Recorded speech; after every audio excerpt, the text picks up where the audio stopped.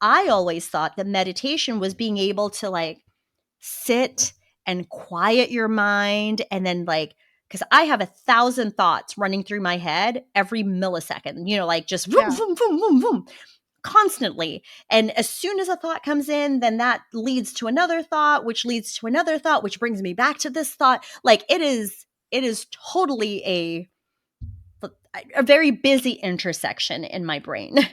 And so I always thought I was meditating wrong because my definition of meditation was not what the true definition was. Right. So now that I have adjusted my expectations, I realize I do meditate. I do it when I'm actually moving. Like when I sit, it's very difficult for me if I'm still. It's very difficult for me to like really focus on the moment because then I'm just thinking about the thoughts that are going through my head, which once again, it's part of meditation and mindfulness because you are aware of the things coming in, right? But I don't know, sometimes I think I have I have ADD is what I think. And I can't meditate because as I sit there, I notice, oh, I hear a bird chirping outside. But I'm not supposed to listen to that. Like I'm supposed to be sitting here trying to quieten my mind. Okay, mind, be quiet, be quiet. And that's a very stressful way of meditating. You are listening to the We Are Not Safe for Work podcast. Your hosts, Renee and Nadja, will dive into all the different reasons why some entrepreneurs become unemployable. And we're live. Okay, so what were we talking about? What's the word you just used? Mental capacity? Mental capacity. I think that's a great topic. Just because we were just talking about, I mean, not necessarily feeling overwhelmed, but just talking about all the things that have been keeping us really busy recently. And I think that your example of being unable to take in anything new was like, I think that's a really great place to start having that conversation. Yeah, I mean, I think that there comes this point where it's not emotional overload, it's nothing heavy. It's just that I am so focused on what we're currently doing, and I'm having to make so many decisions and take in so many concepts that there's just not room for anything else, which honestly in some ways is kind of nice because like Right. last night, we won't get into this, but last night you texted me a political issue and I was like, that sucks, but Mm-hmm. I can't dwell in it because my brain is already currently full, which is kind of nice. Right. So it definitely has its advantages, right? Yeah, totally. And that was I battled with sending that to you because I kind of had a similar situation, or I guess a similar reaction where I read something and then I was immediately just frustrated, but at the same time I was like, well, I need to know more about what I just read.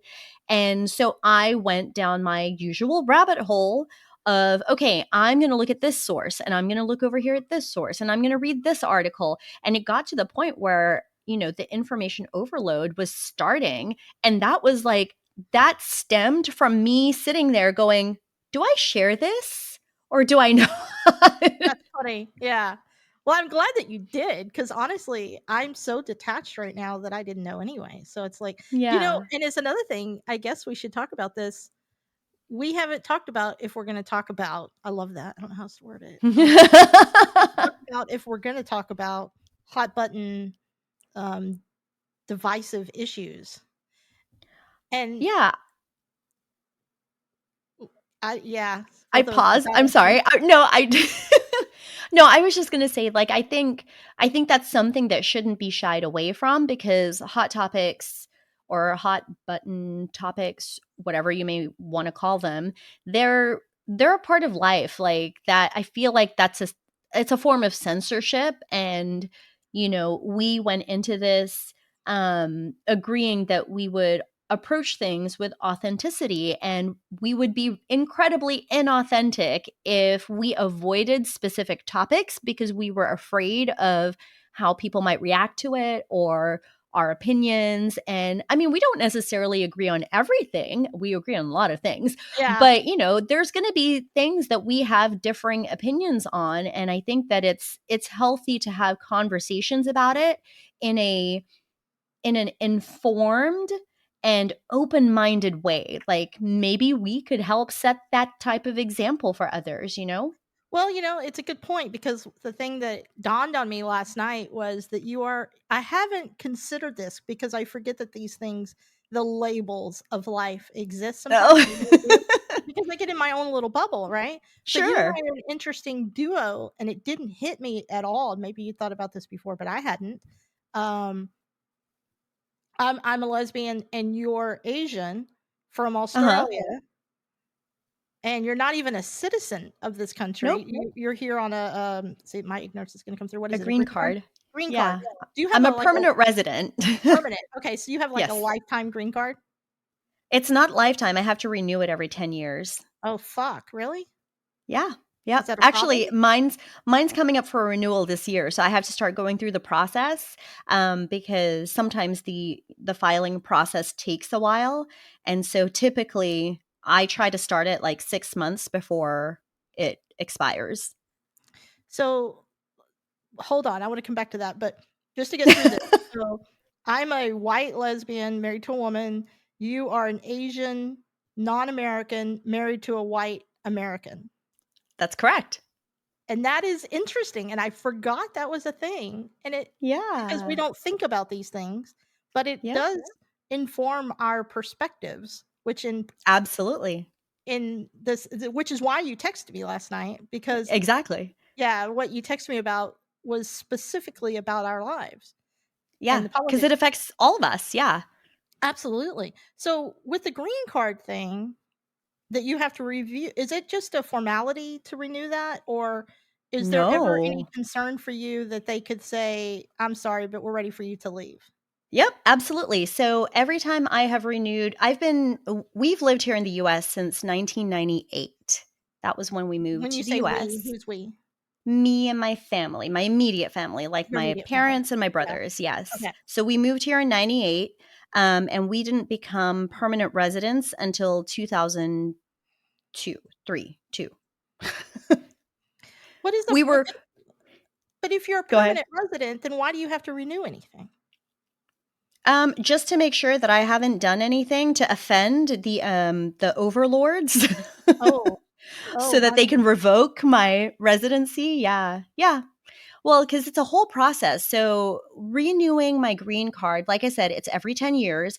There's a bunch of paperwork that needs to be filled out. And it's, just the basics of name, address, nationality, like where it, what country does your passport belong to? So mine belongs to Australia. Like I still hold an Australian passport. I do not have a US passport, even though I have lived here for 20 plus years. And my kids were born here. I'm married to a US citizen who was born here. Yeah. Um, so I need to go through all of I guess the paperwork is the formality. But then after that, they actually, I don't remember if they do background checks, but I know I have to schedule an appointment for biometrics. So I have to go in and they do my fingerprints, my picture, and yeah, it's And it's this a is whole the thing. US that you're talking about. The United This States is the does these US. biometrics. So, Yes. do you and your immediate family is not the right word because your immediate family is now Lance and the kids, but your family of origin, uh, Uh-huh. do you guys kinda, like, do this as a group? Because I assume you all have to do it at the same time since you came here together, right? No, actually, because my parents, they are US citizens. They applied for Oh, citizenship a couple of years ago, and they actually applied at the same time, but their paperwork was processed at different times. So, like, my mom got her citizenship first, and then my dad went through the process. I think it was like 6 months later. And so they are US citizens. They're dual citizens, so they carry oh, they both are. an Good for them. Australian passport and a US passport. Okay. Um, and when did they move to Australia? Just out of curiosity. I know it's not important to this story, but I just forgot. We moved to Australia when I was 4. I was getting Okay. ready to turn 5. So Okay. my younger brother was like barely a year old, and my youngest brother was actually born in Australia. So Oh, he is an Australian. gotcha. Now, you nor your siblings have applied for U.S. citizenship? No, we have not. I am going through the process of applying for citizenship. I'm still filling out like the paperwork, the application, and stuff like that. There are multiple fees that go along with it, and after all the fees are added up, it's about a I don't know, like a $1,200 investment or something. Wow. But I I haven't applied for citizenship mostly out of stubbornness. um I guess in a way I'm kind of rebelling because I'm like, no, I am Australian. Like that is my identity. That is where I grew up. And Well, you could get dual. yes, I can get dual citizenship, which is totally fine. But like I said, part of me, I don't know. It's like when somebody tells you you're getting ready to do something, right? And then somebody tells you, oh, you have to do this. And you're like, well, I was about to go do that thing. But now that you have told me that I have to do it, I don't want to do it. Do you ever hear stories? Wait, do your parents have 2 passports? They do. That's cool. Um, so do you ever hear stories of people that go to re-up their green card and get denied? Not personal stories. Like I've heard it happening before, but that is a legitimate fear that happens every single time. I I actually also need to renew my Australian passport, and that is through the Australian embassy. So I Mhm. have to go through a different, like I have to go to the Australian embassy here in Houston, um, like to file my Oh, you actually have to go. passport renewal. Yes, because I need to submit my pictures and stuff like that. Uh-huh. So, um, like the last time I renewed it, I was able to do most of it online, I believe. Well, I mean, like I was able to get all the forms that I needed online, print them Mhm. out, but then I had to send it in. And I think honestly, that time, the only reason that I had to go to the Australian embassy was because I needed that passport expedited. So I needed it in my hands within in less than a month, because usually the processing time can take anywhere from 6 to 8 weeks. Okay. So you just never know. So I paid the extra fees to have it expedited. And I remember having to go down to the Australian embassy to finalize all that stuff. But yeah, no, I have created additional levels of unnecessary complexity for myself by not doing this sooner. Got it. Because when we travel, because I have an Australian passport, when we come back to the United States, my husband and my kids, they go through the US citizen line, which is much Right. shorter. So they go through that line. I have to go through the visitors and green card holders line, which means that they're waiting for me anywhere from, I mean, it can be really quick sometimes, depending on Mhm. where we're coming from and how long, or the time of year, if there's a lot of people on vacation or whatever.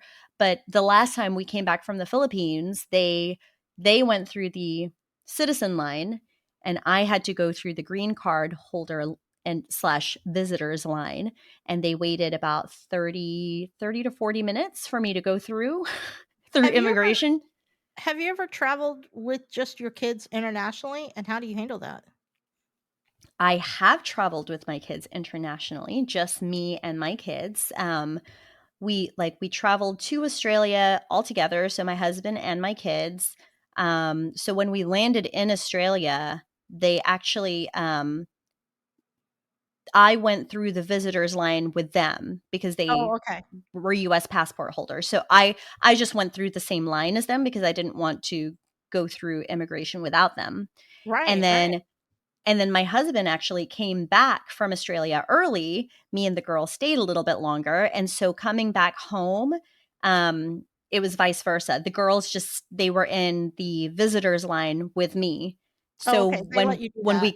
Yeah, so when we got to immigration, I had the 2 US passports for my kids, and then I had my Australian passport, and it was, bam, bam, bam, they check, and then they're like, Gotcha. "Okay, welcome back to the United States." Okay. Interesting. I don't remember how we got to this conversation.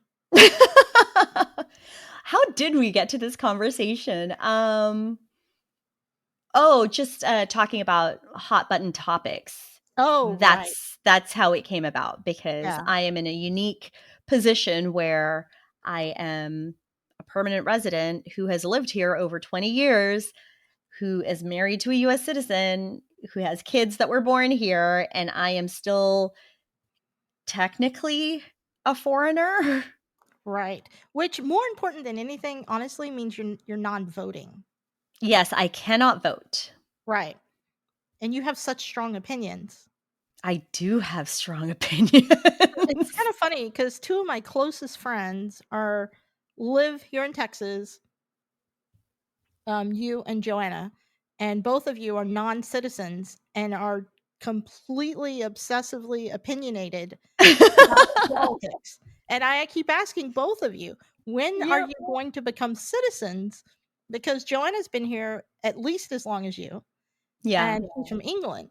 And I'm like, first of all, you could go home. Why Mhm. are you still here? This is a crazy ass place to be. You can go home to some sanity in England. Why won't the queen, now God rest her soul, why won't the king take us back? Because I feel like we'd Right. be in a better circumstance, but that's a different conversation. But regardless, you 2 have such strong opinions and you live in Texas. We really need your vote. So it's like, Yeah. come on, guys, step up.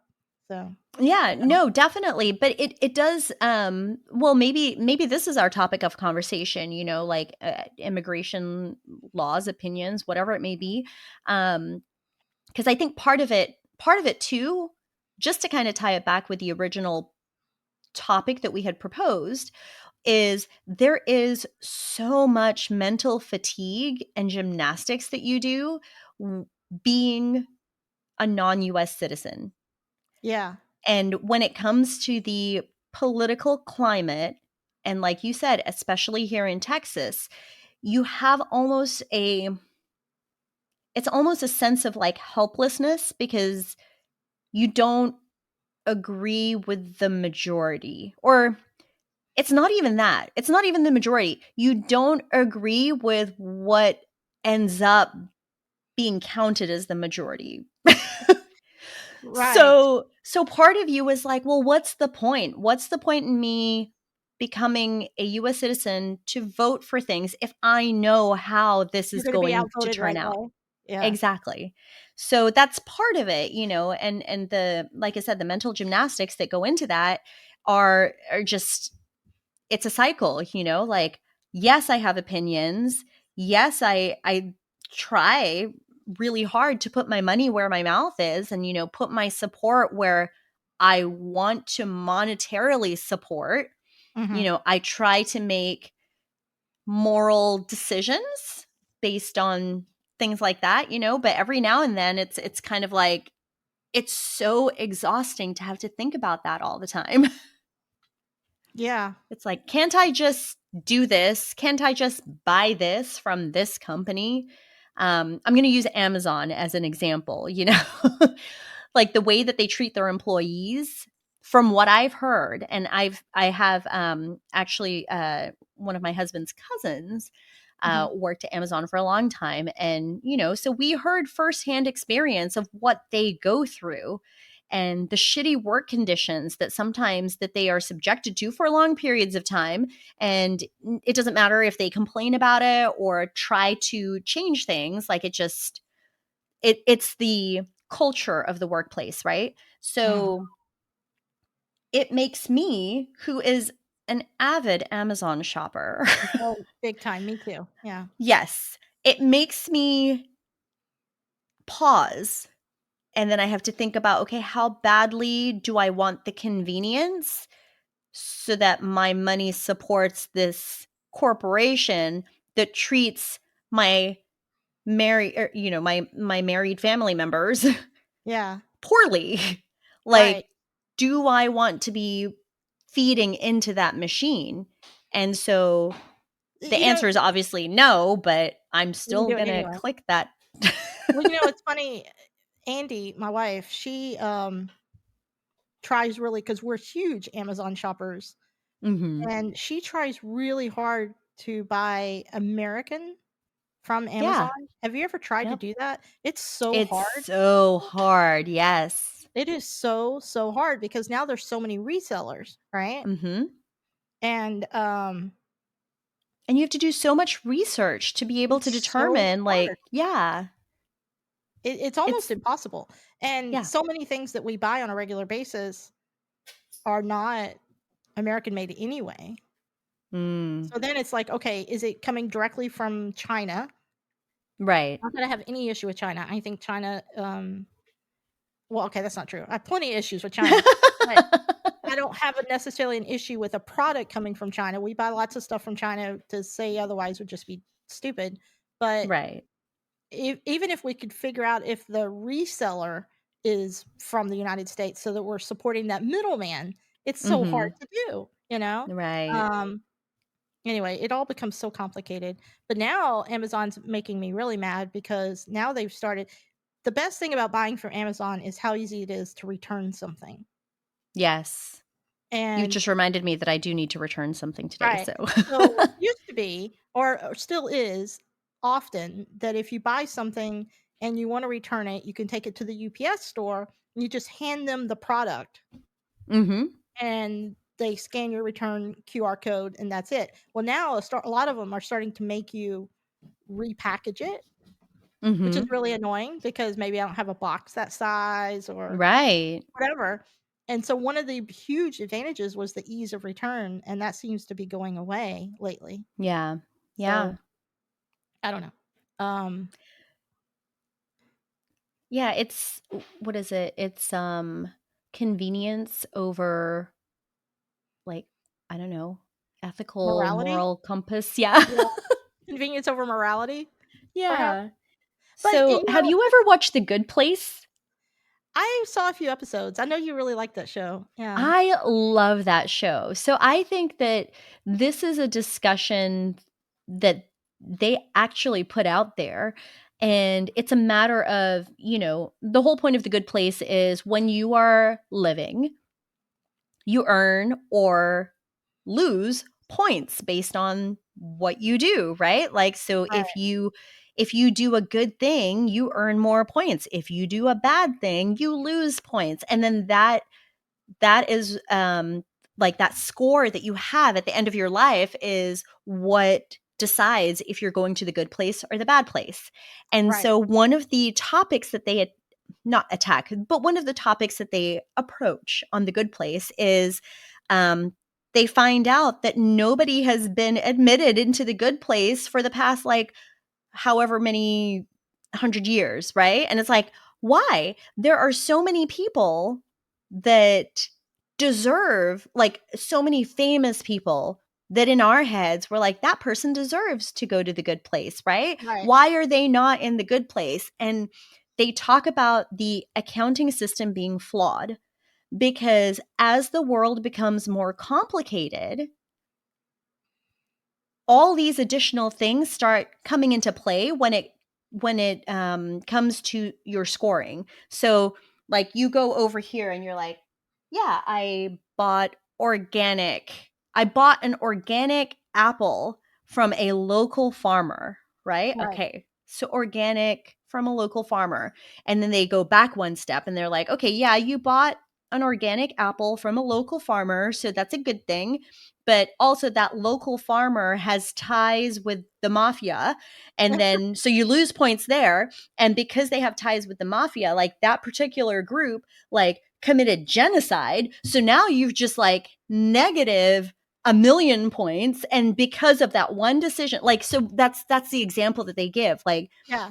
you do this one thing that you think is a good thing. And then as you take a step back and go back further and further and further and see where that web ends up going, you end up losing points because somehow it's become so much more complicated to score a decision. Right. You know what? This makes me think of something that I saw this morning. I haven't even had a chance to actually open it, but now you get news alerts on your phone. Yeah. I saw a news alert that said that the Mexican cartel apologized for their mistake of killing What? some tourists. Oh And my gosh. I'm like, there's so much wrong with that I can't. Nadja just disappeared. Just so you guys know, we're on video. I And just she's walked. gone. I walked away. Gone. I'm sorry. I'm Just still done. listening. Yeah, I know, 'cause she has headphones on, but that was really funny. She's like, I can't. That's too much for me. I just can't. But how did we get to a place? Because I heard somebody yesterday say there used to be a good cartel in Mexico. And I thought What? I know. I thought just the idea that it's a cartel means that it's bad. So now I'm Right. confused. But the cartel apologized for what happened. And I'm Okay, thinking so to now myself, I need to how did look the up the cartel get enough definition. press to apologize? Also, what the hell happened to the Americans? I don't know what the story is. This is how deep I've been into processes and procedures. Oh, you don't know about the so there was a group of 4 Americans that had driven into Mexico.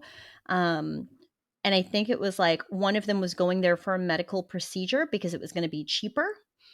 And they Okay. got kidnapped. So they got kidnapped because they drove into Mexico in a car with US plates, and they stopped in a city that is known for, shady, like cartel related things. Okay. And so 2 of them were killed, and the other 2 were they survived. That's terrible. Right. So the cartel is apologizing for this? I guess. I mean, this is the first I've heard of it, so that's crazy though if they are. So I looked up the definition of cartel just because I was like, okay, we have talked about this earlier, or we talk about this pretty frequently. Definitions matter because one person's definition of a word, of the same word, could be very different. So Oh, yes.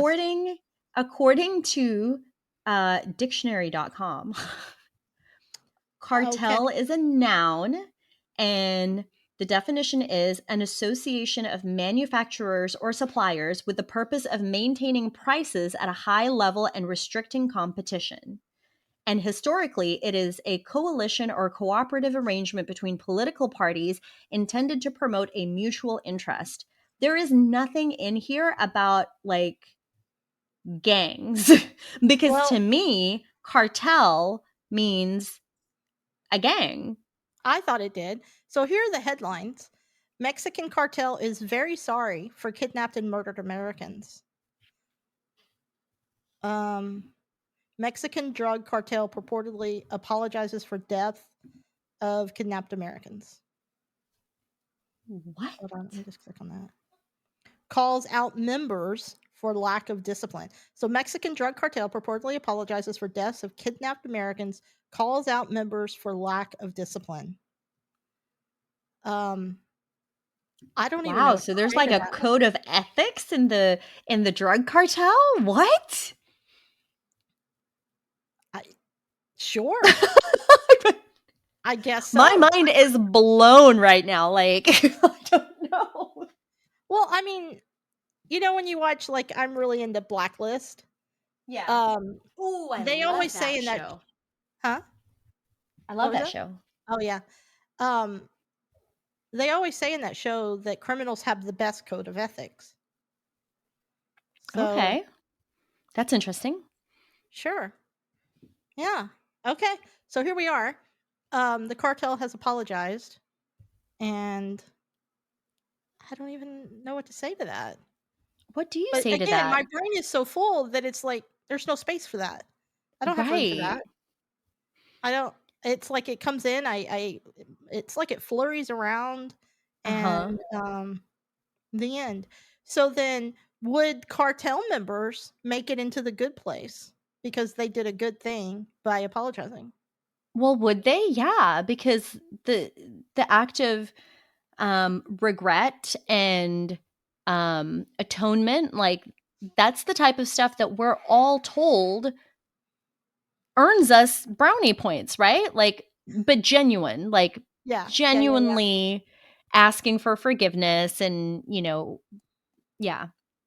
So, I mean, if you take out the cartel part of it, it's like, okay, this person or this group of people are apologizing for a mistake that they made. And then you're like, oh, okay, well, that's great. Like, good for them. They're becoming better people. And it's like, oh, and the mistake they made was they killed people. Oh. But then you have to back it up even further to your point and be like, wait a minute, why were they killing people? Oh, because they're a drug cartel. Drugs are bad, or at least I think so. And so therefore the whole reason that they were there in the first place was for a bad reason. But maybe they're trying to protect their streets. I don't know. I don't know what the story's about. I have no idea. Yeah, but do you see the mental gymnastics that we have to do, not even on a daily basis, but just like all the time with any sort of information that we take in? And it doesn't matter what that information is. With everything that we take in, we have to do all sorts of backtracking, double checking, looking more into X, Y, and Z. Like there's so much that you do with the information that you receive. And that's just a constant, And I feel like it becomes more complicated and more difficult just with everything that's happening in the world.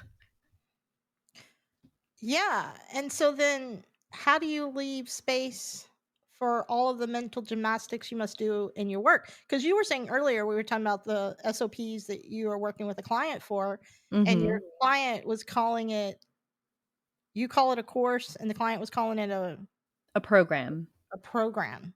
Mm-hmm. So you have to mentally think to yourself, wait a minute, what's a program? What's a program? I don't have any SOPs for a program. Mm-hmm. Yeah. And that was So why I was wondering if you had terms and definitions, because should you have a term that says a program is a course? Right. Yeah. I mean that, and that's pretty much what we do, like I explained to you. So you and your team have actually created a dictionary where you have defined the terms that you use. Yeah. That way it's used by everybody, right? So for us, we have it kind of built in based on the tools that we're using. So for your team, it's very different because what you are doing is a lot more abstract. That's right. And so, yeah, so your definitions, I mean, you're talking about the same thing, but you are using different words. Whereas we use tools to create these programs or courses or whatever, and we use the terminology of the tool that we're using because it's already defined for us. And then we don't have to think about, oh, well, we call it this or we call it that. So I am the corrector when somebody says a different term. I'm right behind them and I'm like, did you mean a course? When you say program, you mean a course, right? So yes, if you switch that's tools, what I mean. If you guys, let's say you switch tools, but the tools still do the same concepts, but then that new tool called it a new name, would you update all your SOPs to reflect the new name? Ideally, yes. But typically with migrations like that, there's a lot of things that come into play and terminology is actually one of them. But yeah, like just to make it more universal for the people, for the new team members that are coming in. And I mean, yeah, it's difficult for the older team members who are used to calling it a certain thing, right? But isn't that kind of what life is all about? It's about adjusting and, making sense of whatever the new thing is. And then that becomes the new norm. Right. Yeah. Huh. So and that just kind of reminded me, the question that you were asking with all the mental gymnastics that we have to do nowadays and, the mental capacity being overloaded, like what do we do to lessen that or to get around that? And I really think it's going to make me sound super woo. And I consider myself diet granola. Like I'm not super crunchy, but I am diet granola. Okay. I'm a little crunchy, but also not. So I really think that meditation, and once again, the definition of meditation is being present in the moment, right? So Right. it is not about clearing your mind and having a blank thought, like just emptying your mind. Like the whole point of meditation is to be present in the moment. So for example, like when I go out on a walk on the trails and I'm surrounded by nature, it's almost an automatic response to be aware of the moment, because as you're walking, you notice, oh, look at the trees. They're so green today. And oh my gosh, it's kind of windy because the leaves are swaying. Like it's an automatic meditation in a way. And I always struggled with that because I always thought that meditation was being able to like sit and quiet your mind and then like because I have 1,000 thoughts running through my head every millisecond, like just vroom, Yeah. vroom, vroom, vroom, vroom, constantly. And as soon as a thought comes in, then that leads to another thought, which leads to another thought, which brings me back to this thought. Like it is totally a very busy intersection in my brain. And so I always thought I was meditating wrong because my definition of meditation was not what the true definition was. Right. So now that I have adjusted my expectations, I realize I do meditate. I do it when I'm actually moving. Like when I sit, it's very difficult for me if I'm still. It's very difficult for me to like really focus on the moment because then I'm just thinking about the thoughts that are going through my head, which once again, it's part of meditation and mindfulness because you are aware of the things coming in, right? But I don't know, sometimes I think I have I have ADD is what I think. And I can't meditate because as I sit there, I notice, oh, I hear a bird chirping outside. But I'm not supposed to listen to that. Like I'm supposed to be sitting here trying to quieten my mind. Okay, mind, be quiet, be quiet. And that's a very stressful way of meditating. Yeah, I don't think it's supposed to cause us more stress, but I think we talked about this in our first episode, actually. Um, but We probably did. I don't remember. I think we did. I can't remember if we talked about it or if we talked about it in the episode. Doesn't matter. But I think that most people think that we're supposed to be a quiet monk and the whole goal Yeah. is for our brain to be empty. But I don't think that's, even if that were originally true, let's just say that was the original point of meditation that was Mhm. invented by some monk on a mountain in Japan, Yeah. in today's world, I think we're all a little ADD, if not a lot ADD. I mean, think how There's often so much stimulation in the environment. do you read books? Yes. Would you consider yourself a reader? Okay, great. How Yeah. many pages can you just sit down and read today versus, let's say, 10 years ago without doing anything else? Just sitting down and reading. Oh. Yeah, no. I mean, I'm thinking back to back in what was it, high school or college, whenever the Harry Potter books came out. Yeah. Like I was the person that as soon as they were released, like I was there at the bookstore, I was getting Mhm. my book, and as soon as I had it in my hand and got home, I sat down and I read it. And I could read those Harry Potter books over the course of a weekend. So and that was me sitting down reading, eating while I read, Yeah. barely sleeping, Yeah. and I could blow through those books very quickly. But that is completely unattainable for me at this point in my life. There's no way I could do that with everything in my environment. Yeah. I mean, that was before you had a cell phone, right? Before I had a cell phone, before Right. kids, before, Yeah. before what is it? You had streaming at the tip of your fingertips, like that was Yeah. when TV was TV. Like if you miss it, you miss it. Right. So to my point, what meditation may have started off as was the opportunity for complete silence, but that's not realistic now. No. Complete silence it's hard to have complete silence now because Alexa or Siri might start talking in the middle of it because you set some kind of alarm to water your Right. plant, on every 10th day or Thanks something. for calling me out, Renee. Yeah. Well, I mean, I have the same thing. That's my point. So it's like Yeah. that kind of existence isn't even realistic, yet we make ourselves feel bad if we don't have a totally quiet mind for 60 seconds, right? Yep. Yeah, totally. Like have you when you see on TV and somebody's like having a panic attack or maybe a heart attack and they're like, just focus on your breathing. Just saying just focus on your breathing is one of the most stressful things you could ever go Yeah. through. Oh my Because God. then I'm Yes. like, oh shit, what's wrong with my breathing? How am I supposed to Yep. just focus on my breathing? Yeah. What should my breathing be like? What does it even mean to just focus on your breathing? And suddenly I'm not breathing, I'm holding my breath, freaking out about what my breathing should be. So there's no way that I could do that. That's Yep. impossible for me. And at the same time, I love to read. I am a big book person. But if I read 4 pages in a row without stopping, I That's a can't even huge remember the last time I accomplishment. did that. Yeah. Even when Andy and I recently flew to Colorado, I took a book with me thinking, okay, while I'm on the plane, I'm going to read. Yeah. I never read a full page without something happening to disrupt that reading. And I was on a plane. I mean, it's just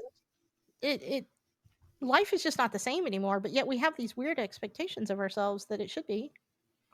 Yeah. No, life is just like I said, we have so much stimulation coming from everywhere that it just makes it very overwhelming to be. Like I feel like especially recently there's been a lot more focus on what is it called? Oh, neurodivergent. Like I haven't heard this phrase. yeah, so people who are neurodivergent, basically they don't think about things or experience things the same way as quote everybody else does. So so there are people that, like they get overwhelmed or overstimulated when there's a lot of loud music. So I mean, I think that applies to everyone, right? Sure. But the thing is, we now have environments where loud music and constant like stimulation into your ears or your eyes or your senses, like your senses are just so hyper stimulated, it's overwhelming and your nervous system just like can't handle it. So some people can manage that and like yeah, their nervous system is overstimulated, but they can kind of like, oh okay, it'll be fine. Like I can move past this or I can deal with it. But then there are other people that are just like they feel like they're being attacked. And that's the whole deal with the different personality types that people talk about. Right. There's the extroverts and the introverts or whatever. I've always considered myself an ambivert, even though everyone's always like, oh, you're so extroverted because you make friends wherever you go. And I'm like, yeah, but I also feed off of other people's energy, which is part of the extroverted characteristic. But it's also an introverted characteristic to get so overwhelmed with people's energy that now I need time by myself to kind of like regulate my nervous system, because now I am overstimulated because I've been, at level 100 for however long, because I've been surrounded by people who are at Right. level 100, but I need to take that time to step away from that type of energy so that I don't go crazy with the overstimulation myself. Yeah. But that's typically considered an introverted trait. Like introverts are not shy. Like that's not the whole deal with introverts. That's a common what is it? That's a misconception. Misconception. Like the definition of an introvert is not correct. Introverts, they can socialize, they can make friends and everything, Oh, sure. but they need that time away from all of that energy to kind of like regroup for themselves. Right. And that's really all it is. No. Can you hear the mowers in the background of mine? No. It's just like we are clearly getting a massive storm right now. So it's like if I disappear, that would be why. Oh, well, no, I can't hear the thunder. I'm watching the mowers go back and forth. Can't hear it at all. That's awesome. Like he walks by every time and I'm just like, can you walk faster? That's awesome. Yeah, no, I don't hear that at all. That's great. Great. Yeah, microphones are doing their jobs. I guess so. Well, see, and isn't that a perfect example of like all of the stimulus that comes at us in our environment at all times? Oh, absolutely. Yeah, I think so. I think that we have all of this pressure that we put on ourselves. Like we have these idealistic, it's almost like these 1950s ideas of what it means to be human. But yet we're in 2023 and we're still clinging to this old idea set of what it means to be calm, what it means. And maybe that's, all this pressure that we all put on ourselves as a society. And then if you add the extra layer of entrepreneurship on top of it. Oh my gosh, yeah. Oh, I know. And it's just like, no wonder we're all batshit crazy. Right. Because we're doing it to ourselves because we have these ideas of what it means to exist. I don't know. It's funny. So sometimes we have, like this past weekend, my mom I got that terrifying phone call. Oh hey, no. Renee. Yeah. There's how time just stops because the phone call went like this. Hey, Renee, your mom was having chest pains. Oh, no. And she went to the ER and they care flighted her to Tyler and she's in the ICU. And they kept waiting forever to say if she was dead or alive, right?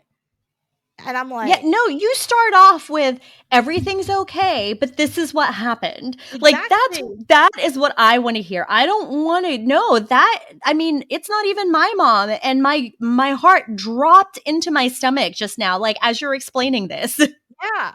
So I got, and so then, and they said, and she's doing okay. And I'm like, oh my God. So, but the reason I bring that up is because when things like that happen, the whole world zooms out. Right? And I have been able to force myself to do the same thing when I'm focused on work, on our business, is I tend to zoom out the rest of the world so that I can think in this kind of way, because otherwise everything becomes so overwhelming. And then you have a morning like this morning where it was just total chaos in the house because we had food delivered. We had our upstairs power went off because something tripped it. I was trying to get a shower. We were trying to make a decision about abbreviations for the business. The handyman was showing up. Someone was late to work. Like everything was happening at once, right? Yeah. And that's just a normal day. That's how life is now. But it makes it like you get to the end of the day and you're like, wait a minute, what was I supposed to do today? What did I focus on? So if you can't find a way to zoom in on the most important parts of your work, the day will suck away and suddenly you didn't accomplish anything. And then you're like, man, I don't have any money. How come? Oh, because everything else became such a distraction. Right. Yeah. So when I got that phone call about my mom, obviously nothing else mattered. I was literally headed out the door and I didn't have pants on. And Andy was like, wait, you have to come back. You have to come back. And I'm like, oh, right. Okay. Yeah, because that becomes less of a priority. Like that is not the priority in your head in that moment. Like, I don't fucking care if I'm wearing pants or not. I need to go to my mom. And it's not even a logical thought process, right? It's like, okay, like What are you going to do? What are the steps to get there? No, the thought is just, I need to be with her. That's right. And that requires me walking out of the house. That's right. Yeah. And so I must any go other now. steps don't matter. All you know is that my goal is to be with her. That's right. That's right. Yeah. Yeah. So, but at the same time, we got there and she was fine. Like they told us on the phone. But I was like, Mom was like, you don't even need to come. And I was like, I have to see you. I have to be next to you right now. And so we got there. She was fine. Everything's fine. She's in amazing health. And we came back home, went back to work because that's just the way it has to be right now. It's like you have to compartmentalize almost every single moment of your life. Like right now we're doing this podcast, soon you'll go pick up your other daughter, right? And you go get some meds. And it's like every single step compartmentalizes, even though there's 100,000 things going through your head at any given moment. And then you wonder why you're not meditating properly. Right. Yeah. Because also, if you think about it, when I think of meditation again, I think about monks and how they do it perfectly. But monks have isolated themselves. They don't have TV, they don't have the news, they don't have all of the shit that we have. So their job is to be a monk, and that's their life. They're a monk, and they're alone, and it's easy. Yeah. So yeah, because it's by design that they are isolated. Like the distractions are removed from them. Their purpose is made very clear to them in whatever it is they're supposed to do. Like, okay, this is your time to meditate. This is your time to pray. This is your time to clean. Everything is very clear to them. And once again, all the distractions have been removed. We don't have that luxury anymore. Not in this day and age. Like working from home is not, oh, I'm just doing my work at home now. That's not how it works. Most people, there was an article that I had read recently. God, I wish I remember where it came from.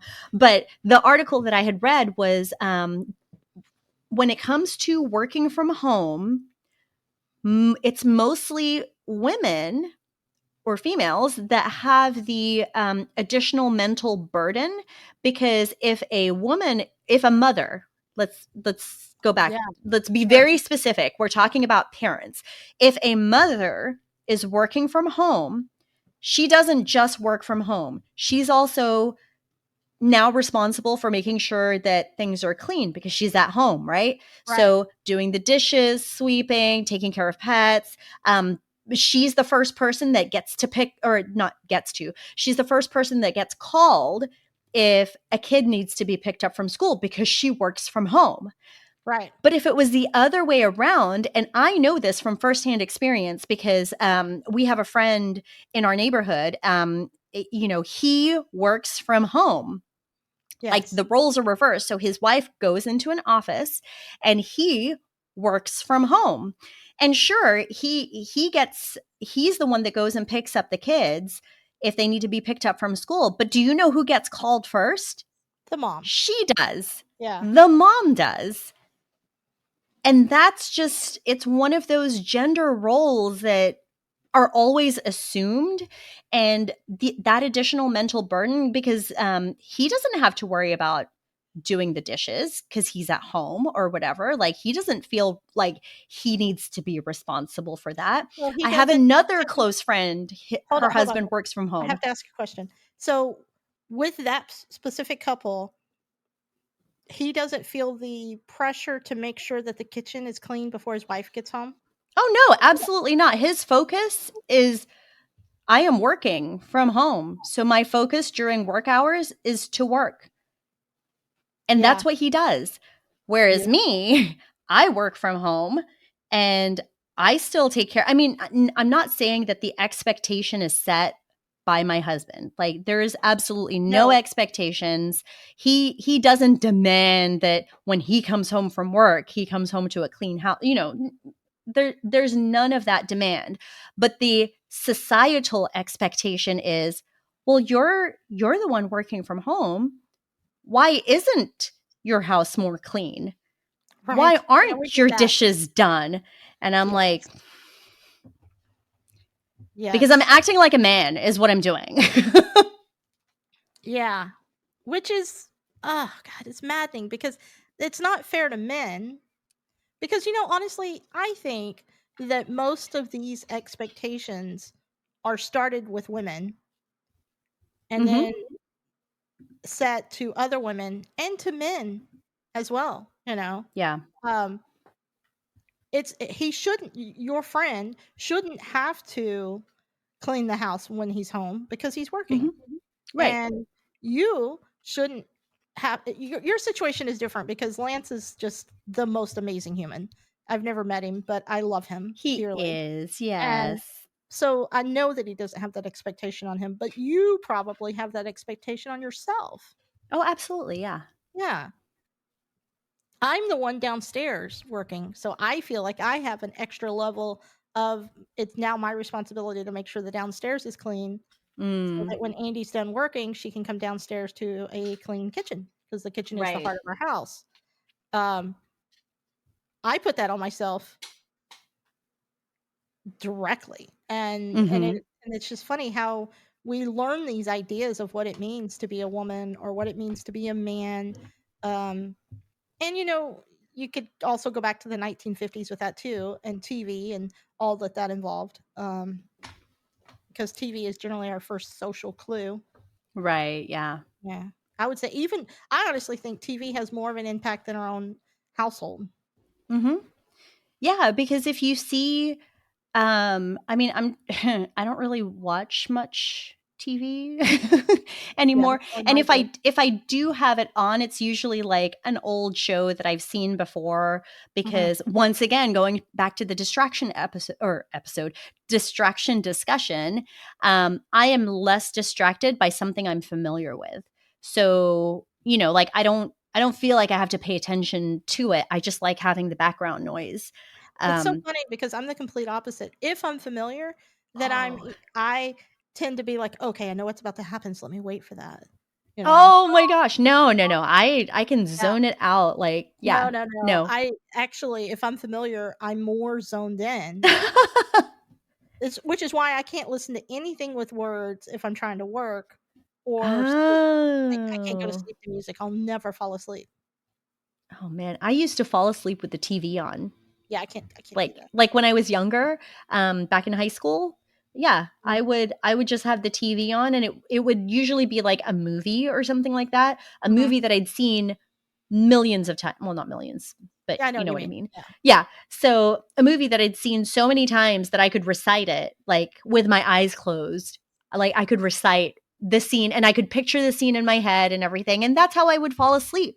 Um, I have a harder time doing that now because I do believe that uh, having that exposure to, you know, like electronics and things like that, that does mess with your circadian rhythm. And I do believe that that was the reason for my insomnia during high school because I had extreme insomnia. Like I couldn't fall asleep until like 3 o'clock in the morning, and this Oh is when my. I had to be at school by 7:30, Right. so that's not great because sleep is important. Sleep is critical for clear minds, right? And especially at that age too. So I formed really bad habits early on, and I'm just now trying to like untangle myself from all of the bad habits I've built over the past 30 or almost 40 years, right? So it's been a struggle, but Is it fair to we're say that you're untangling bad habits, or is it better to say that you need to form new habits? well, yeah, forming Because new habits. well, Sure, and I yeah. only say that because I feel like as we go through stages and ages of life, we need different things. So I feel like Absolutely. you shouldn't make yourself feel bad for how you did it before because you just need to do it different now. Yeah. Yeah, Yeah, I mean, and I definitely. know that's subtle, but I feel like sometimes we all beat ourselves up for something. Oh my god, I can't believe I used to do that. Ooh, Yeah. Oh, I heard that. ooh, That sounded close if I heard it. yeah, you did hear it, and our lights flickered. Um, okay, well, let's just see what happens. Um, Mm. yeah, that was loud. Well, I was gonna say we can wrap up this conversation because I can definitely get on my soapbox about this kind of stuff. And, Well, oh, what a tangled web we weave, right? Like I will jump from different topic to topic and then bring it back, well, but that is how this I will go podcast down is that going to rabbit go. hole. So maybe people by now will know if they love this idea of rabbit Right, holes yeah. or not. But let me ask you a question before we leave. Should we go back to the political topic and discuss it? And we could I say, mean, if yeah. you don't want to hear something controversial, turn this off Yes, let's do it. because So there's your warning, guys. that's right. Here's the warning. This is about to get very, very political and possibly offensive. So if you don't want to hear that, and I only say that because since we brought it up, and if we're going to be transparent, I feel like we should at least talk about it. But Yeah, I for really don't sure. want to. So, which means we probably should because I don't want to. So last night, we'll come back to what we were talking about, but I do want to say something to kind of like introduce it. Last night, I was looking through my Mediavine dashboard, and Mediavine is my ad network for our blog. And there's, you know what a PSA is, right? Public service announcement. Public service announcement. Yeah. Okay. So at all times, unfortunately, which I wish the world was a better place, but when you have these spots on your site where there's ads that are placed, and the fill rate goes up and down depending on the economy, time of year, everything. No blog is 100% filled with the best ads at all times. So they give you the option to put in PSAs where there's no good ads so that it's not just a blank gray spot. And you can pick or choose what kind of PSAs you want. And I was looking through the PSAs last night because they brought this up. Mediavine brought this up for everybody to go, look at their PSAs because they'd put in new PSAs.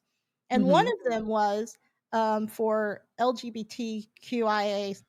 I can't even get all the Plus. initials right. Plus, yeah, I know. I'm in the community and I don't get it right. Anyway, they had some new PSAs related to that, I think for suicide prevention and stuff for the community.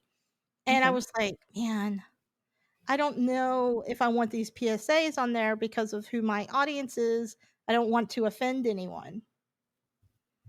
And I just thought that was really interesting that I myself had that own thought about my own community because I'm thinking to myself, if my PSA offends anyone, they may leave the site and I don't get their true ad revenue because maybe the PSA pops up first and then ads would be second. And then would I hurt my revenue because I put in an offensive PSA? Yeah.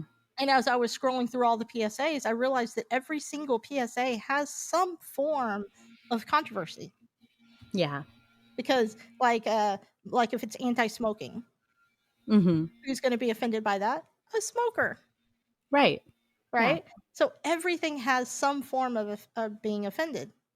And I just thought that was really interesting because I saw that after our text exchange last night. I walk away and then I looked at this thing and Yeah. anyway, do you want to And then it talk got your about what blood pressure rolling again. That's right. So do you want to talk about what you texted me?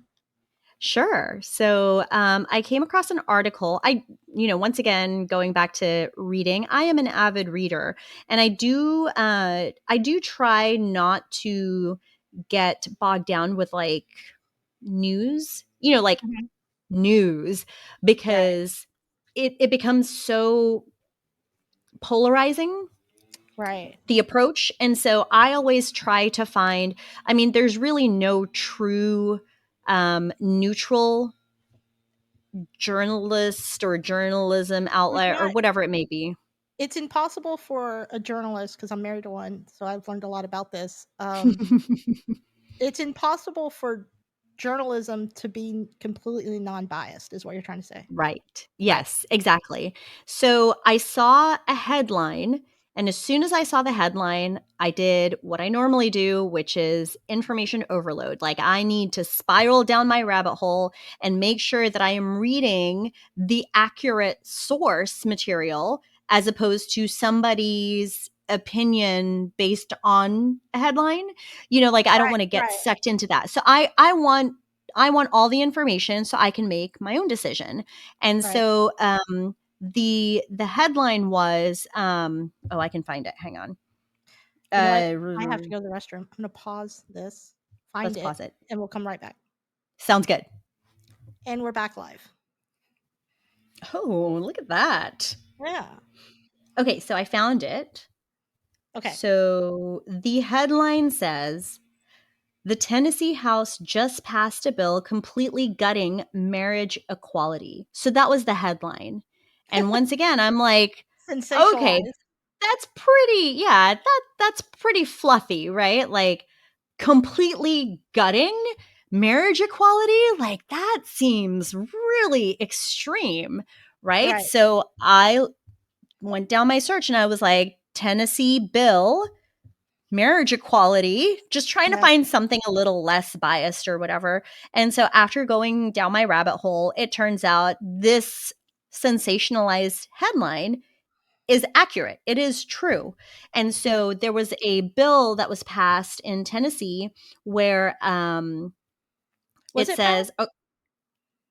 yes, it passed on Monday. Okay. Yeah. Okay. So it says, quote, a person shall not be required to solemnize a marriage if the person has an objection to solemnizing the marriage based on the person's conscience or religious beliefs. So my first thought was, oh, well, most officiants, like they have the option to say, no, I don't want to marry you guys, like, and then you say, oh, okay, well, you're not going to marry us. So let me go find somebody else, or let me go ask my friend who can get ordained and do this, right? So Right. you have options. And so my first thought was that. And I'm like, but they already have something like that. So are they passing a law? Like, are they turning that into like a true law? But what it is, it would basically allow county clerks, the people issuing the marriage licenses. So if somebody decides, I don't want an officiant, I'm just going to go to the courthouse and get married, right? So the person that's going to sign off on that to say this is a legal marriage license, if they have a personal belief when they look at you, which to me, I'm like, this is blatant discrimination, right? So they see, let's use me and Lance as an example. They see me and Lance walk in, a white man and an Asian woman. They come in and they say, we want to get married.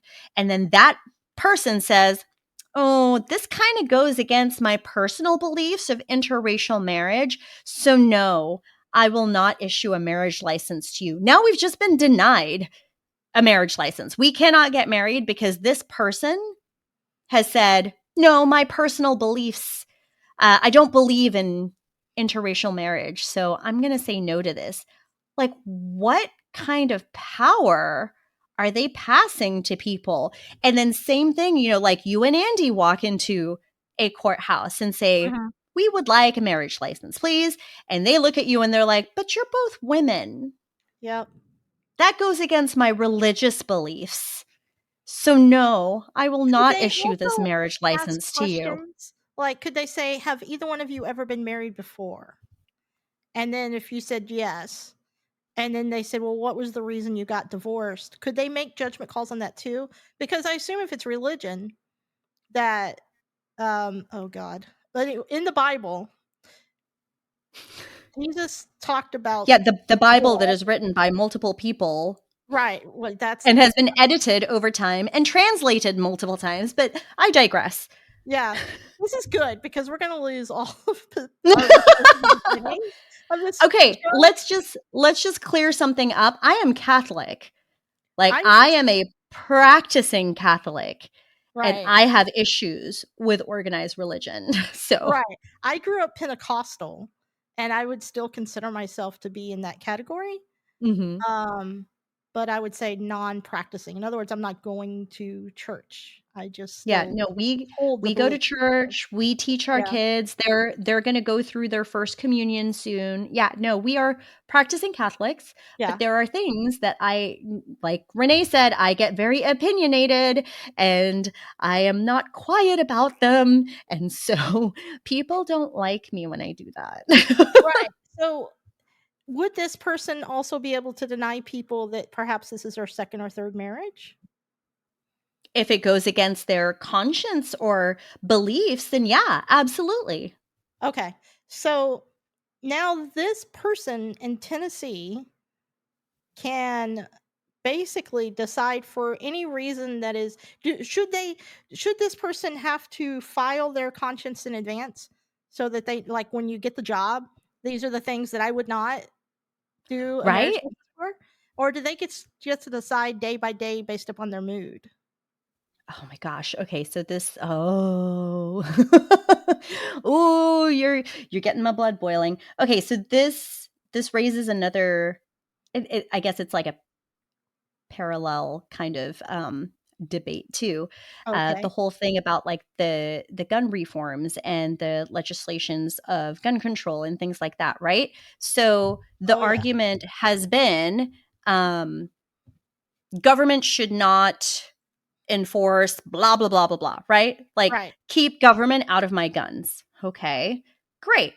Well, who was it? Jon Stewart, and I know he is a biased Sure. um person, because he He's is a very comedian, but yes. he's a comedian, but it's very clear what his political stance is, right? Correct. So he made a really great point when he was talking to it was like a state senator. I can't remember what state it was from, but he was talking to a state senator about uh, gun reform, like gun laws and I saw this, legislation. and wasn't it ironically I could be wrong, but wasn't it a Tennessee state It senator? might have been Tennessee. It might I feel have like been, yes. ironically it may have been, and that would just be pure irony, and I'm probably wrong, but I feel like that's what it was. So go ahead. Yeah. Well, I love the way that he phrased his questions because he said, what are the requirements of voting?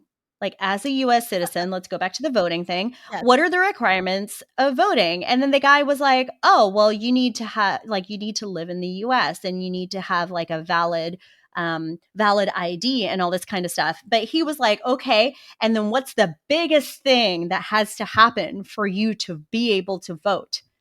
You have You to have to register. register. Right. So you have to register with who? The government. The The state. government. The state, yeah. And Right. then the other argument was he was like, "Oh, you have to be at least 18." And he's like, "Okay, so when it comes to voting, are you saying that you are infringing on the rights of a 17-year-old because you have to register and be 18 years old to vote?" And he was like, "Well, no, because that's the rule."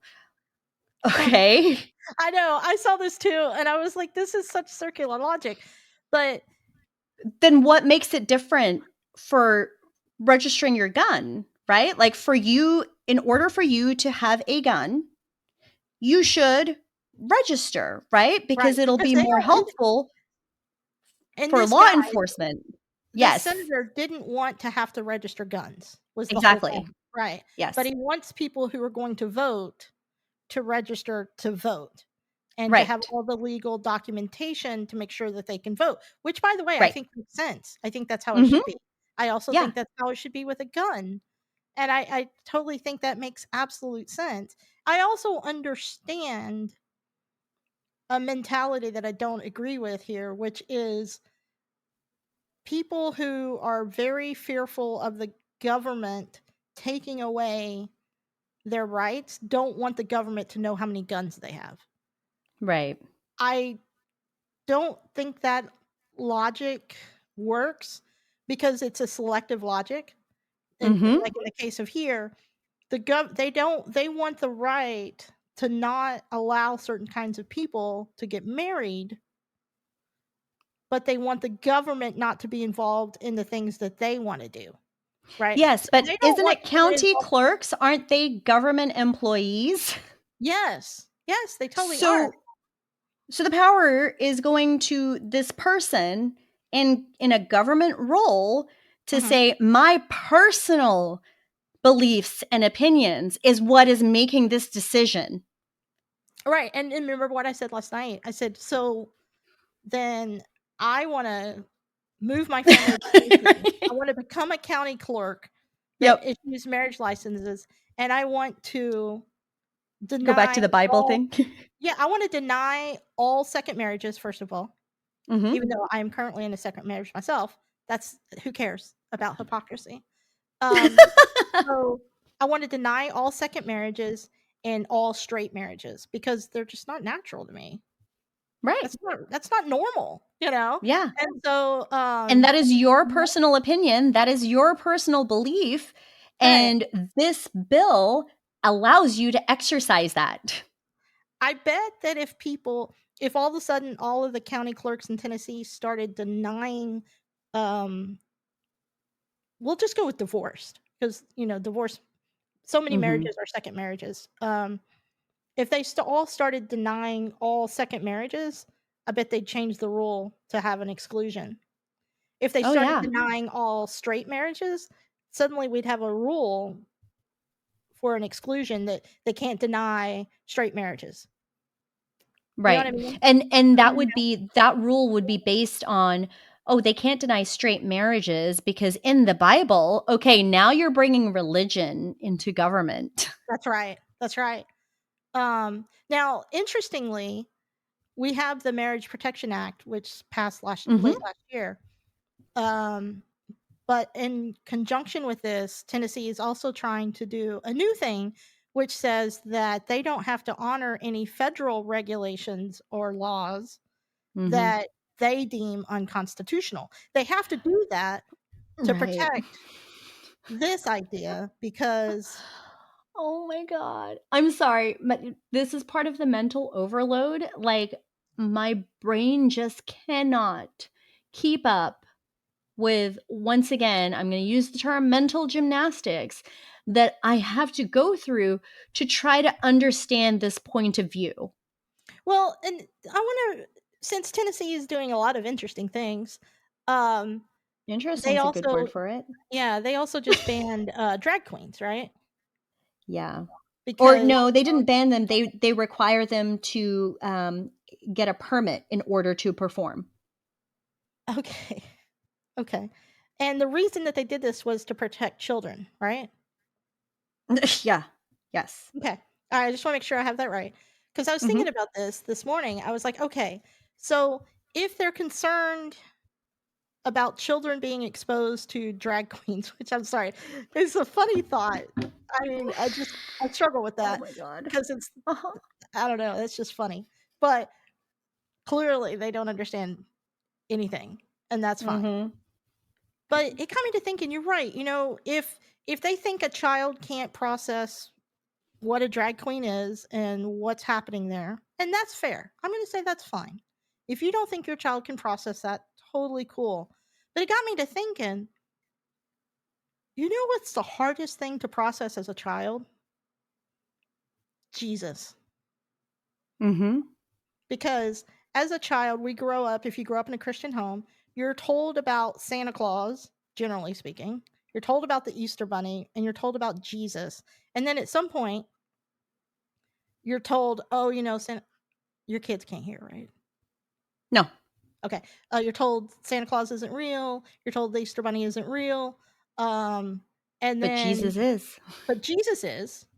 You're asking your children to process a lot of data that's kind of confusing, and you're also putting your ideas upon that child.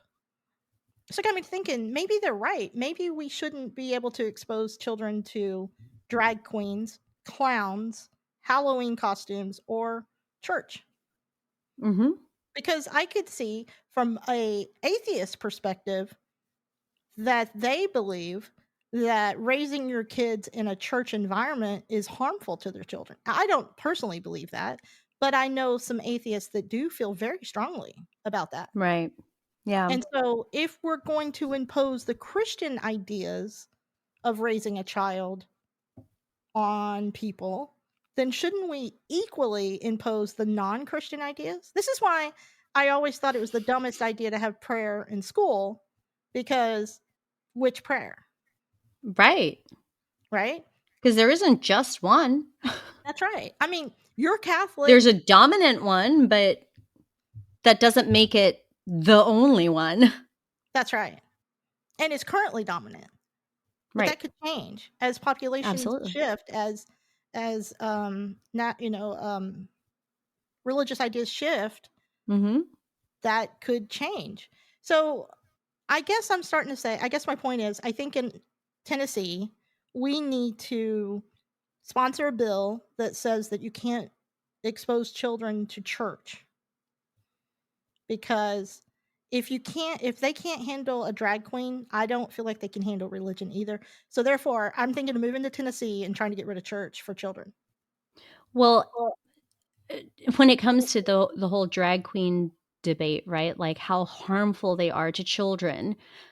I know that a lot of us in the Gen X millennial, age groups, right?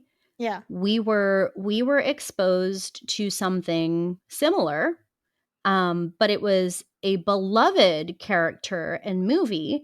So does that mean that we all have trauma now? Have you ever watched a movie called Mrs. Doubtfire? Yeah, and it was very confusing. Not at all confusing. That's dumb. That's my point. You're right. I mean, that's so. It was a beloved family movie that's how it was promoted, as a family movie. And Right. it's basically Robin Williams dressing in drag, right? Like That's that's all it was. the entire movie. What about Am I Roosevelt? damaged because of that? Did that confuse me as a child? Did it confuse you as a child? No. Neither Like did are Roosevelt we damaged or- right now? Well, okay, we probably are. Other shit damaged me, Yeah, but but not not that movie. And I love how we're so busy protecting our children from. I'm sorry, every time I say it, I laugh. I don't mean to. But every time we're protecting our children from a drag queen instead of school shootings. Oh God, yeah. So school shootings are a normal part of our life, and there's just nothing we can do about that because you can't mess with guns. Why aren't drag queens as sacred as a gun? I mean, honestly, I feel like we need to protect our drag queens because they're maybe the last good part of society. But I don't know. So yeah, when you texted me all this last night, I was just like, "Oh my god, here we are once again dealing with this issue." And I thought, finally, I had some peace and rest because we were literally marching in the streets for so long, Right. and it was exhausting, and I thought that we'd resolve this issue, but clearly not. And so I don't know what that means for you. I don't know what that means for me. I don't know what it means Well, for young people a coming lot. up. Yeah, like a lot of the rights that we take for granted, right? I mean, I know that especially same-sex marriage, Yeah. that's a way more recent thing, right? But like if you think about the fact that Lance and I were able to get married legally, it was just a little over 50 years ago. It would have been illegal. So that's within our lifetime, like within our lifetime. Yeah, absolutely. That was something that was disgusting, and no, that's so wrong. Like why Right. why would somebody marry outside of their race? Well, why wouldn't they? Right. So you're Right. saying don't marry outside of your race, but also don't marry the same gender. Like Right. So I guess if it was like where's the logic? yeah, there's no logic because it's just this is my belief. And I find it so maddening that people that have a belief are offended by someone that has a different belief. Right. I mean, here's the deal. If you don't like gay marriage, then just fucking don't get gay married. Right. Right. It's so Don't get simple. gay married. I mean, it's easy, It's not like because you issued a marriage license Oh. for a white man and an Asian woman that you yourself have to leave work that day and go find yourself someone of a different race. It's not a Yeah. rule. No. It's just an option, Oh my gosh. I mean, some people like what's your favorite kind of ice cream? Oh, I like the milk and cookies from Ben and Jerry's. I hate that. I hate that shit. I hate milk and cookies. No. I want mint More for chocolate chip. me. I want mint chocolate chip. So, does that mean that we need to ban milk and cookies? I think it means that we are even better friends because we will not be eating each other's ice cream, and I am totally okay with that. Right. I mean, it's just I don't understand this way of thinking No, I don't at either. all. It doesn't make any sense. And Mhm. they're making laws based upon their own ideas, Right. but only their current ideas. Not, I mean, in this wasn't it in the 70s where you couldn't go to church if you were divorced? I Oh, believe it was in the yeah. 70s. Yeah. If you got a divorce, you had to leave the church. Yep. Now you You could were still excommunicated. That's right. If you were divorced. Mhm. So now that's gone to the wayside, and that's okay to be divorced, but it's in their mind not okay to be interracial. Oh, by the way, maybe one clerk is okay with interracial but not okay with gay. Maybe one clerk's okay with gay but not okay with interracial. That's just a lot to keep up with. I feel like they Yeah. should, like I said earlier, they should at least have to register what their beliefs are so that you can find the clerk that fits your needs. I don't know. Right. Yeah. For people that keep saying keep government out of my personal stuff, they're really leaning on the government to create all these regulations to be able to control their agendas or beliefs, missions, values, whatever it may be, right? Like that just it doesn't make any sense to me. And the other thing that part of the whole protecting children argument, like we're protecting Yeah. kids, we're protecting them. Tennessee also recently passed something that loosened child labor laws. Why did they do How that? does that protect children? Like part of it, what I was reading about it was that they have loosened the child labor laws by relaxing some of the language, like instead of having specified times. So, for let's say somebody who is, well, how old do you have to be to start working? Like 14, 15, or something like that, right? I thought it was 16, However, but I don't know. okay, well, whatever it is. So, Sure. like, you have a 15-year-old that's working part-time, like just an after Sure. school job. And you have a 17-year-old that's working because the 17-year-old is still a child, right? Right. Working part-time. So instead of setting these rules to protect children from being exploited in the workplace, um, their shifts are supposed to end by like 9 p.m. or something like that so that they can go to bed at a reasonable time. Or, yeah, they can go home, they can go to bed and get ready for school the next day, right? So Right. they have removed that language and have just said, um, they need to be scheduled for reasonable times. Well, a reasonable time for a 15-year-old is going to be very different for a reasonable time for a 17-year-old. And also, who is determining what's reasonable? Reasonable is very subjective. Like, what's reasonable for me is not the same as what's reasonable for you because I am a night owl. Yeah. So for me, I'd be like, yeah, have me work later because I'm awake until, midnight, 1 o'clock in the morning. That's reasonable for me. But Yeah. you need to be in bed by 9, right? Yeah, absolutely. Yeah. That So doesn't make that any that sense. same shift is not reasonable for you. Right. The logic is flawed in our politics at this time because there is no logic. It's feelings seem to be ruling it more than anything else. It's Mhm. like it to me it's kind of like if we went to the store and they said to you this thing is $5. To me, they said it's $7. And to someone else they said, "Well, we don't want to sell it to you at all." Right. You know, it doesn't you shouldn't be able to charge a different price just based upon who someone is. Mhm. Yep. Um I don't think that's the right thing to do. And so I don't understand why they're pressing their morality on us. It doesn't make any sense. That's very un-American, in my opinion. Yeah. Um, I don't know. I don't know. My head is pounding. Like Yeah. the blood is pounding in my head because I get very upset about this kind of stuff because I am a minority in that I am female. I am also a minority in that I am Asian, not white. Right. I am not a US citizen.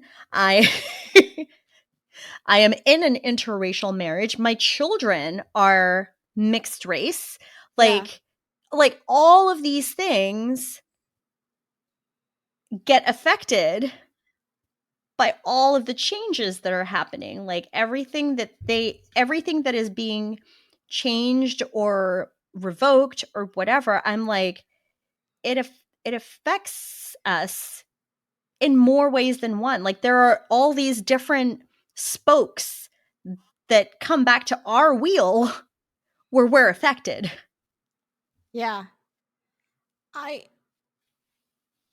Yet we don't get to pay lower taxes. No, Yeah. I would like to pay less taxes. Yeah, I mean, it's funny thinking about all this. Taxes are an important part of all of this too, because before there was federal marriage, Andy and I couldn't file jointly. Joint, right? Yeah. Right? And then once we had we had some states that would approve our marriage, and then the federal government started recognizing us from a tax perspective, but our state didn't. Because we went out of state to get married. We got married in Delaware because Texas didn't recognize our marriage. Now, thankfully, we didn't have a state tax. So Right. that was less complicated. But if you were in a state that didn't recognize your marriage that had a state tax, but the federal government recognized your marriage, then it got really complicated because you would have to do separate state taxes, but joint federal because you're married. Right. Yeah. That's insane. Oh my gosh. I know. People think that all of this stuff doesn't matter, but it matters a lot. It does. Yeah. And so, yeah. Okay, great.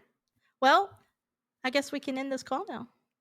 Yeah, probably. There's only like maybe one other person that's still listening because they're the only ones that are like, oh yeah, we agree with you, or not necessarily that we agree with you, but it's I'm not offended by what you had just talked about. Exactly. It's not important that anyone agrees with us. That's kind of the point. Yeah, it's that it's they weren't okay. offended. Yeah, exactly. It's okay if you disagree. I'm cool with that. I am cool if you want to be in your fourth white straight marriage. That's not my problem. I don't care. I hope it works out really well for you and that you find tremendous joy and happiness. I don't care. It's not my business. So, but just don't let it affect the way that you treat me. That's right. Exactly. In the same way that I don't care what you choose to do, I only expect the same respect back. Right. That's it. Yep. It's okay if you think my life is weird because it's weird. I mean, I'm an entrepreneur and I'm in a same-sex marriage and she's Italian and I'm white. Hey, my God, we're both in interracial marriages. Yep, that's right. Yeah, look at that. She's only half Italian, so I don't know if it really counts. And I don't even know if Italian these days seems to be white, so I don't. That's a whole other thing. Oh man. Wow, we are offensive, aren't we? We get to talk. So offensive, offensive and offended. Just all the things. It's fine. We can talk into our voids. Sure. Now I'm fine with that. Let's end this on a question for you. Would you for me? Yeah. So, how old are your girls? Go ahead and say it out loud so everybody knows. They are 9 and 11. Do they know what drag queens are? They sure do. Cool. Would you let them go to a drag show? Yeah. We watch Eddie Izzard. We love Eddie Izzard, the comedian, who, by the way, recently changed, I think I think the pronouns have been changed officially to she, and the name is being changed to Susie Izzard or Susie Eddie Izzard. I had no idea. I just found that out recently. It's Wow. a random. Yeah, it was one of those, like, I was scrolling and I saw Eddie Izzard's face and I was like, "Oh, what's going on here? Is there a new comedy special? Oh no, it's just changing names." Yeah. And yet, who gives a fuck? Right? Yeah. Other than My kids are Susie fine. Ed, Like, Susie, they're not Susie, confused. They yeah, understand that. Yeah. yeah. That's And you know what? If they were confused, we have a very open forum where they can ask questions, because we would rather they ask us the questions than ask their friends or people that may not necessarily have an appropriate answer. And I'm not saying that we know what's best or we know the best way to approach things or whatever, but we try to provide answers from a factual standpoint as opposed to opinions. And if it is an opinion, we always say, I think, like, my personal opinion, my personal preference is XYZ. You know, like, we don't say yeah. this is the way it is. Right, right. And by the way, I think some of it is confusing. And it's okay Yeah, if they're confused. Nobody comes out of the exactly. womb understanding everything. And so Right. it's not that big of a deal. And then you get to say to your kids, hey, this person was this, and this is what they've decided they want to be. Yep. And it has zero impact on your life. And even if you mess up in calling somebody a name, usually that person's not going to be offended. So, Right. Yeah. yeah. Um, and I think that's the key, is that it's Yep. not. And also, if someone doesn't want to take their kid to a drag show, Then great. don't take your kid. Yeah. That's fantastic. Who That is cares? a choice. That's right. It's just not that big of a deal. And but I do think drag shows are awesome Yeah, me because too. they're fun. They're Yeah. fantastical. It's like going to Broadway, you just never know what you're Yeah. going to see or hear. It's a great performance and the energy is just amazing. Right. I'm sure there's some bad drag shows that are Sure. terrible and offensive. And okay, I think all drag shows are offensive, but that's part of the humor. Um, yeah.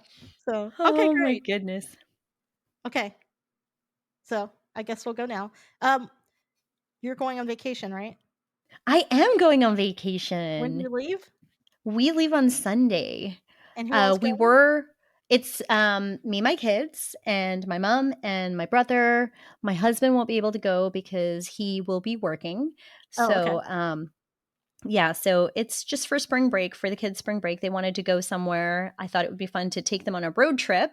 Mm-hmm. We were going to go to San Francisco, but apparently the weather is very angry at San Francisco, or the weather is very angry in California right now because they keep Oh, getting snow and rain, and the paths that we would be taking, or the roads that we would be taking, take us along like mountainside roads and things like that. And there's been mudslides and, oh no. ice and all that kind of stuff. So I Well, where are you just don't going? feel comfortable. We're going to Orlando instead. Oh my God, that is a huge shift. The last time I talked to you, you were going to California. Instead of west, we're going to go east. Yeah. Okay. Okay. Well, that'll be Yeah, fun. so it will be fun. It's going to be the girls' first time at Universal Studios. So I love um, Universal. we figured we'd just do an introduction to the wizarding world of Harry Potter, Yes. which, once that's another polarizing thing, right? Like, people either love Harry Potter or they hate it, or they're like, you're supporting a bigot because you like Harry Witchcraft. Potter. And then there's the witchcraft aspect. Yes. Well, I enjoy the stories. They enjoy the stories. We think it's just a lot of fun to, be part of that whole theme. So Mhm. that's what we're doing. Are you going through New Orleans? We are. We're going to stop it. Oh my Oh, gosh. You are going to think I'm such a nerd. I have a big spreadsheet that has every single day broken out, like what yeah, we're going to do each day. And then on the drive there, the different stops that we're going to take and yeah. how long it takes and the miles that it is in between. And then there's like optional additional stops if we need to make Mhm. extra stops for like gas or restroom breaks and things like that. Yeah, I have a whole spreadsheet with all that information. That's awesome. All right, well, have fun. Thanks. So we'll be back, but at that point, this is gonna be Launched. birthed to the That's right. world. And That's right. so you guys are going to hear all of this by the time I'm back from Orlando. So I will have many stories to share then, because I'm sure there's going to, being stuck inside of a car with your family for that long, Oh, shit. there's going to be a lot of things that get brought up. But I'm sure. excited because I have very fond memories of road trips growing up. Now, granted, this was like road trips in Australia, not road trips here in the US. I think a road trip in Australia sounds like so much fun It and dangerous. is. When I think Well, of I was going to Australia, I say, think of danger. so it depends on where you're going. So a lot of our road trips were coastal. So we didn't do like cross country road trips because I grew up in Western Australia, which is the biggest state. Mhm. And also, it's like the most western part of well, obviously it's called Western Australia, but like where we lived, if we wanted to go into the next state, if we wanted to drive and you didn't want to drive like around the coast and you wanted to drive through the state, you're driving through outback. And we're Yeah, talking like, if you think outback is like cracked earth, scorching hot sun, that's exactly what it is. And that is not a road trip you want to be taking. right, right. Ooh, okay. Yeah. So maybe danger is synonymous with Australia, but it I don't know. It never felt dangerous to me. So it was just life, that was just, I Right, lived here. right. Yeah. Yeah, I get it. So, I get it. yeah.